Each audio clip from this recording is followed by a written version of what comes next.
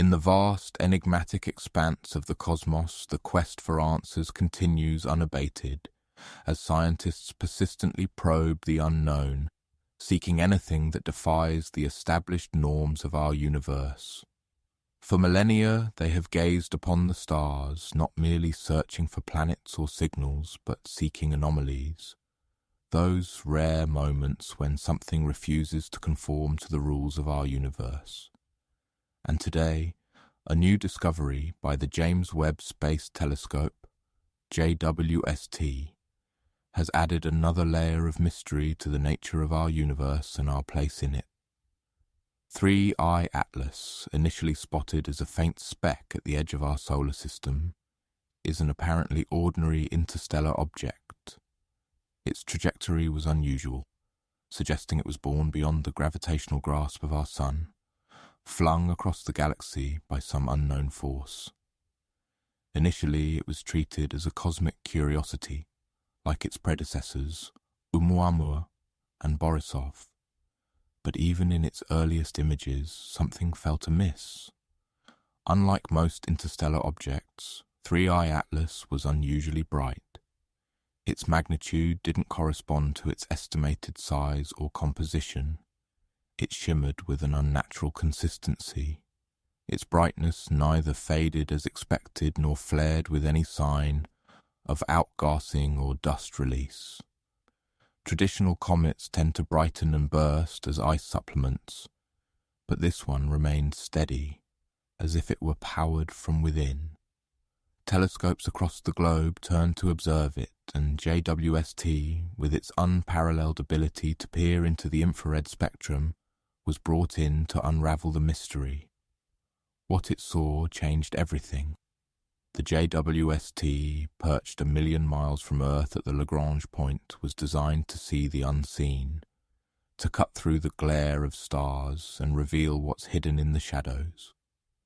Its gaze upon 3I Atlas was expected to clarify the confusion. Instead, it amplified it. The telescope's instruments detected a centralized thermal emission that didn't correlate with any natural reflection of sunlight. Typically, a comet shines due to the sun's rays bouncing off dust and ice. But 3I Atlas showed an internal heat signature, something that radiated from the core outward. This wasn't scattered light. It was emitted light. The thermal mapping revealed a pattern that followed no known distribution curve of natural objects.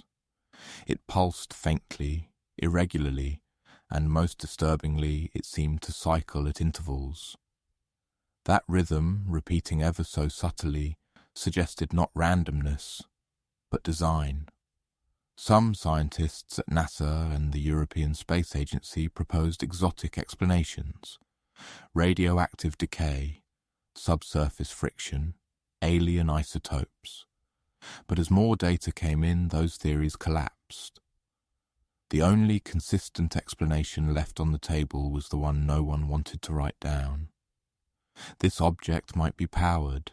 As data from JWST, Hubble, and terrestrial observatories piled up, a profile of 3I Atlas began to emerge, and it looked nothing like any known celestial body.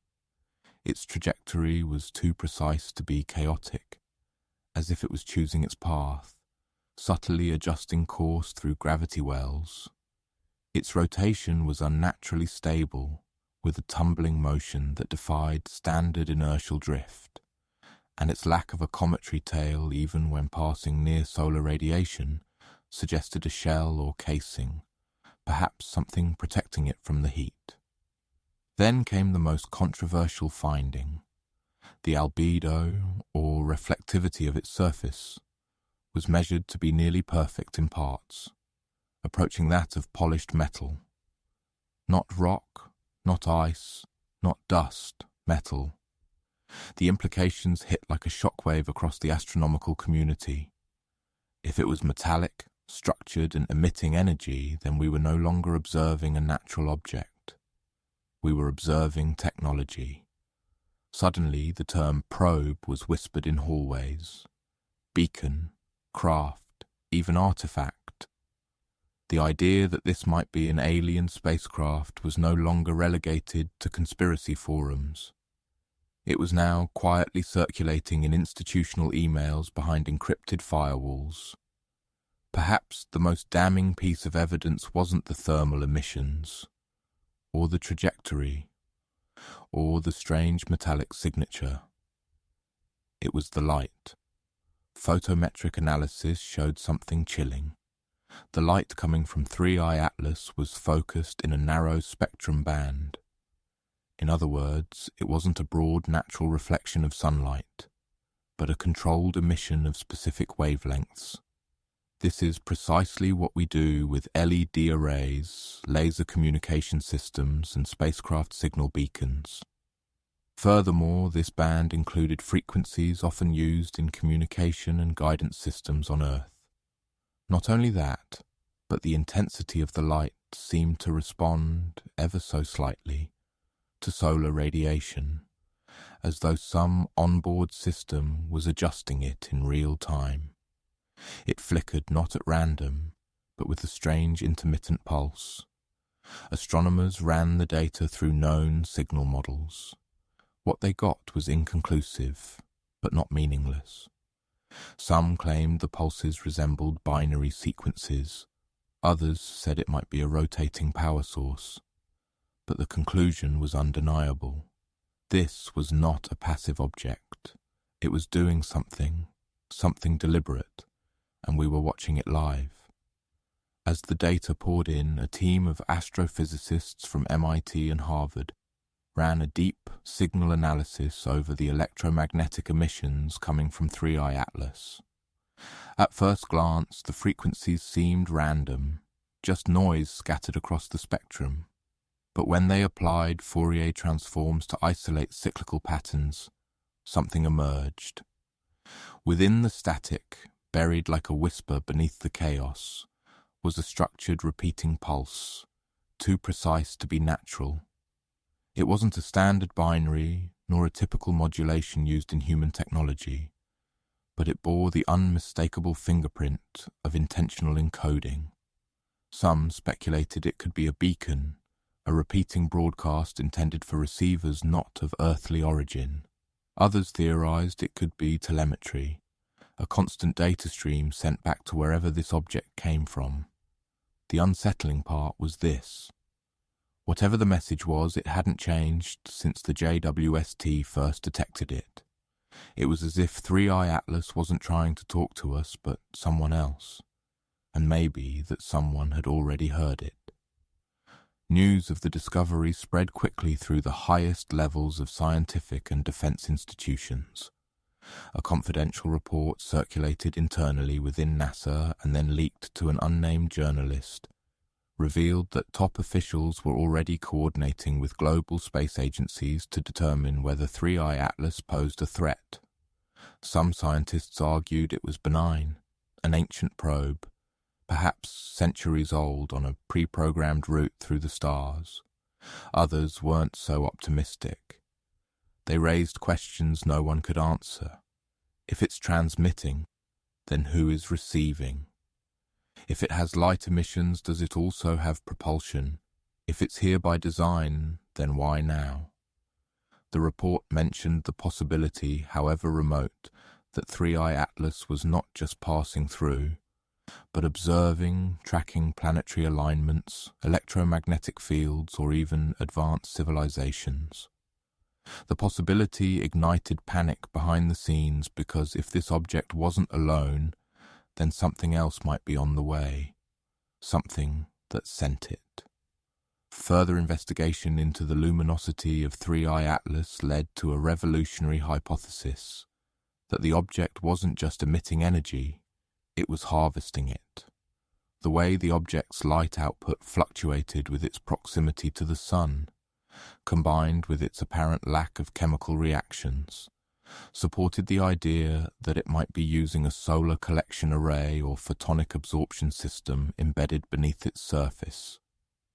If true, this would suggest that 3I Atlas is a self-sustaining craft, designed to travel indefinitely through deep space, refueling itself as it moves from star to star. This concept aligns with known theoretical models of interstellar probes, machines that could remain dormant for centuries, activating only when reaching a star system worth investigating. And if our solar system triggered that activation, then the message was received. As international space agencies scrambled for answers, one truth became increasingly clear: we are not ready. Despite decades of speculation about extraterrestrial contact, our systems, political, scientific, philosophical, are wildly unequipped to process what 3i Atlas might represent. No official statements had been made, but internal documents leaked from agencies in France, Japan, and Brazil all hinted at similar conclusions: that this object might not just be an anomaly, but a first encounter in slow motion.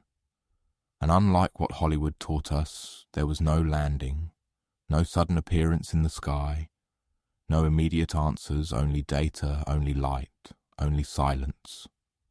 The Webb continues to observe the object every day, and yet every answer it delivers seems to raise two more questions. If this is contact, then it's contact on their terms, not ours, quiet, distant, unsettling. And that may be the most terrifying thing of all, because what we're witnessing may not be an invitation, it may be a surveillance, and we may have already been seen. Just when astronomers believed 3i Atlas had settled into a predictable trajectory, something unexpected happened. Its luminosity spiked dramatically. This wasn't a gradual increase caused by its proximity to the Sun. It was a sudden flare, captured in real time by the James Webb Telescope and confirmed by several ground-based observatories. The object's brightness increased by nearly 40% in under 2 minutes, then stabilized at a new elevated level. No natural explanation fit the data. There was no sign of solar-wind interaction, no impact event, no fragmentary disintegration. It was as if someone or something had flipped a switch. The flare wasn't just visible, it carried with it a change in the object's thermal signature, almost as if systems had powered on. Theorists proposed a chilling possibility that this object had entered an awakened phase, either triggered by its proximity to our star or by our own observations. And if this flare was an intentional act, then it was meant to be seen. Shortly after the anomalous brightening, orbital calculations from multiple space agencies detected something else. 3i Atlas was no longer precisely following its projected path. It had shifted slightly, subtly, but measurably. Gravity alone couldn't account for the alteration. Even solar radiation pressure, often invoked as an excuse for small course changes in lightweight objects, didn't add up. This shift was deliberate, and more unsettling was where the new trajectory pointed, deeper into the solar system, with an adjusted inclination that brought it closer to the plane of Earth's orbit. The object was no longer just passing through. It had, in effect, changed lanes. Some scientists cautioned restraint, calling it a gravitational anomaly. But others saw the shift as a maneuver, a subtle course correction that no comet or rock had ever made. And if 3i Atlas was capable of even limited propulsion or navigation, it meant we were no longer observing a relic. We were watching a vessel in motion, a vessel with intent. As the object passed within range of spectroscopic instruments aboard the Webb and Hubble telescopes, scientists began to detect elements and compounds that raised more red flags. Traces of highly reflective alloys, rare earth elements, and most shockingly, spectral absorption lines resembling compounds never before catalogued in our periodic table were detected. These were not the kinds of materials one would find in a frozen chunk of interstellar rock. They were engineered, or at the very least synthesized under conditions not known to exist naturally. One spectral profile matched no known chemical process, but closely resembled theoretical compounds proposed in quantum material labs. Substances thought to only exist under the influence of intense magnetic fields or quantum confinement. This discovery implied either unfathomable age, suggesting the object predates human civilization by millennia, or highly advanced recent manufacture by a civilization far beyond our own. The nature of the materials spoke louder than any signal, because even if we couldn't decode the message, the messenger itself was unnatural. With mounting evidence pointing to a non-natural origin, governments and agencies began reacting, not publicly, but with unmistakable urgency. Encryption levels increased on observatory networks. Research teams were quietly reassigned. A sudden, unexplained surge in satellite recalibrations was noted across multiple continents. Spacefaring nations initiated discreet contingency discussions behind closed doors. One leaked document from an international defense consortium suggested that 3I Atlas might not be a lone visitor, but a scout. The object's unusual structure, its stable rotation, and its apparent capability to remain operational across interstellar distances indicated design consistent with long-term observation probes. But if it was scouting, what was it looking for? And more disturbingly, what might come next? Across universities, observatories, and military command centers, one terrifying consensus was forming. We were no longer alone in the universe, and the first contact might not be a conversation, but an evaluation. As the speculation reached a boiling point, a bold team at the SETI Institute decided to take the risk no one else would. They transmitted a focused radio pulse directly toward the projected location of 3I Atlas. The message contained universal mathematical constants, the periodic table, and basic visual representations of humanity. It was meant to be a cosmic handshake, a cautious hello. Days passed, then a week, no response. But just when the experiment was about to be archived as another unanswered call into the dark, one of the monitoring stations in Chile registered something strange. A narrow band return pulse, off frequency, distorted but unmistakably timed to mirror the original message. It wasn't a reply in language, it wasn't an echo, it was a ping, a return signal with just enough variance to imply it wasn't passive reflection. It had been processed, it had been sent back. But what shook the SETI team the most wasn't the signal itself, it was the timing. Because the response came precisely 72 hours after transmission to the second. It meant something had not only received our message, it had calculated the delay and answered deliberately. Following the detection of the return ping, observatories around the globe began experiencing technical anomalies. Webb's infrared instrument showed erratic thermal mapping for the first time since launch, and Hubble's gyroscopic sensors registered micro fluctuations despite stable orientation. Ground-based telescopes experienced what were initially dismissed as software glitches, misaligned star charts, inexplicable pixel distortions, and frozen data streams precisely when focused on 3I Atlas. But these glitches didn't happen randomly. They occurred in synchronized windows, as if coordinated, as if someone or something didn't want us looking too closely. A theory emerged from a black ops think tank buried deep within the European Space Agency. The object wasn't just emitting signals, it was jamming us, interfering selectively. The implications were staggering. A passive visitor doesn't hide its identity. A scout does. If the object was actively managing what we could see and when we could see it, then we weren't watching it. We were being allowed to. And then silence. Within days of the signal event and the technical malfunctions, updates from Webb were delayed, restricted, and eventually rerouted. Public logs were no longer accessible. The European Space Agency released a vague statement about instrument recalibration. NASA simply stopped commenting. Even reputable journals that had been covering 3I Atlas closely began retracting stories or publishing neutral summaries devoid of detail. The astrophysics community was split. Some believed the agencies were working to validate the discovery before going public. Others believed something far darker, that the truth had already been confirmed and was now being contained. The few remaining independent observatories began releasing raw data streams to the public, but these were quickly drowned in a flood of misinformation and speculation. What was once a global scientific mystery had now become a strategic asset, and history has shown us what happens when governments declare a discovery as classified.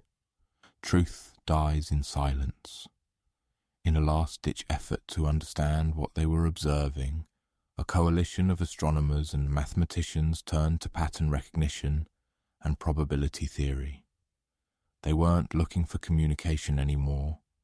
They were looking for proof of intent. And that's when they discovered the most terrifying pattern of all. The object's path through the solar system, while seemingly natural, mirrored a Fibonacci arc when plotted against planetary positions, an ancient spiral of proportional beauty found throughout nature and coincidentally in many Earth-based communication protocols. Furthermore, the timing of its course corrections, the light flares, and even the ping response correlated with prime number sequences. The odds of this occurring naturally, astronomically low, these patterns were chosen. It meant this object, 3I Atlas, wasn't just flying through the solar system. It was navigating with mathematical precision, as if following a map or a schedule. A few theorists now whispered the unthinkable. This might not be an interstellar probe. It might be an interstellar message, not made of sound or symbols, but of behavior. And we just decoded the first word. As the dust of confusion begins to settle, one truth remains impossible to ignore. 3I Atlas was never just a rock. From the unnatural light it emitted to the signal it returned, from the rare materials to the calculated change in trajectory, every piece of this enigma points to a single, uncomfortable conclusion. We have not been alone for a very long time, and perhaps we were never meant to know. The James Webb Telescope, built to peer into the birth of galaxies, may have instead caught a glimpse of something designed to look back, something ancient, deliberate, and watching. Not from the safety of a distant star system, but from the threshold of our own celestial neighborhood. And yet, silence reigns. The agencies refuse to speak. The data is withheld. The world, it seems, has been deemed not ready. But we saw the light, we tracked the path, and now we ask the question that terrifies even the most rational minds. What happens next? Was 3I Atlas simply passing through, cataloguing our little world before continuing its voyage? Or was it merely the first of many, a probe leading the way for something greater, something waiting for a signal to move forward? In the end, it may not matter whether 3I Atlas was the machine, message, or something else entirely. What matters is that it came, it saw, and it responded. And now, somewhere in the cold, endless dark, something may be turning its attention toward the blue planet that blinked first. The countdown perhaps has already begun, and the universe once again reminds us, we are not the center. We are the observed. In the years that followed, the pace of discovery accelerated. Space agencies around the world collaborated to monitor 3I Atlas as it continued its journey through our solar system. The object, now referred to as TEA-1, remained silent, its course adjustments subtle but consistent. It was as if it was charting a path, following a map that only it could read. Scientists raced to unravel the mysteries of TEA-1, its composition, its propulsion system, and its purpose. Theories abounded, from ancient probe to messenger of an advanced civilization. Some even suggested it was a self-replicating machine, a nanotech factory sent out to seed the universe with life. The international community grappled with the implications. Some saw TEA-1 as a beacon of hope, a sign that we were not alone in the vastness of space. Others saw it as a threat, a potential invasion force waiting to strike. Governments debated how to respond, from peaceful diplomacy to military preparedness. Meanwhile, the scientific community continued to study TEA-1, focusing on its electromagnetic emissions and its movements within our solar system. They discovered that TEA-1 was not just reacting to solar radiation, but was also influenced by planetary alignments and gravitational forces. This suggested a level of intelligence, a degree of control that defied explanation. As TEA-1 approached the outer edge of our solar system, it suddenly accelerated, moving at speeds that far exceeded any known propulsion technology. It was as if it was being propelled by something beyond our understanding. The world watched in awe as TEA-1 vanished into the distance, its destination unknown. Some believed it was returning to its home star system. Others thought it was headed for another solar system entirely. In the years that followed, multiple space agencies launched missions to intercept TEA-1, hoping to learn more about its origin and its purpose. But TEA-1 remained silent, its movements inexplicable. It was as if it was playing a game, toying with us, testing our limits. The discovery of TEA-1 shook the foundations of our understanding of the universe. It forced us to confront the reality that we are not alone, that there are forces at work beyond our comprehension. It challenged our beliefs, our values, and our very identity. But perhaps most importantly, it reminded us that we are part of something much larger than ourselves. We are part of the cosmos, of the vast, enigmatic expanse that stretches across the universe. And as we continue to explore, to learn, and to evolve, we will undoubtedly encounter more mysteries, more questions, more answers. But one thing is certain: we will never be the same. We will carry the knowledge of TEA-1 with us, a reminder of our place in the universe, a symbol of our potential, and a testament to our capacity for wonder. And as we gaze upon the stars, we will remember the words of the great philosopher Carl Sagan: "Somewhere, something incredible is waiting to be known."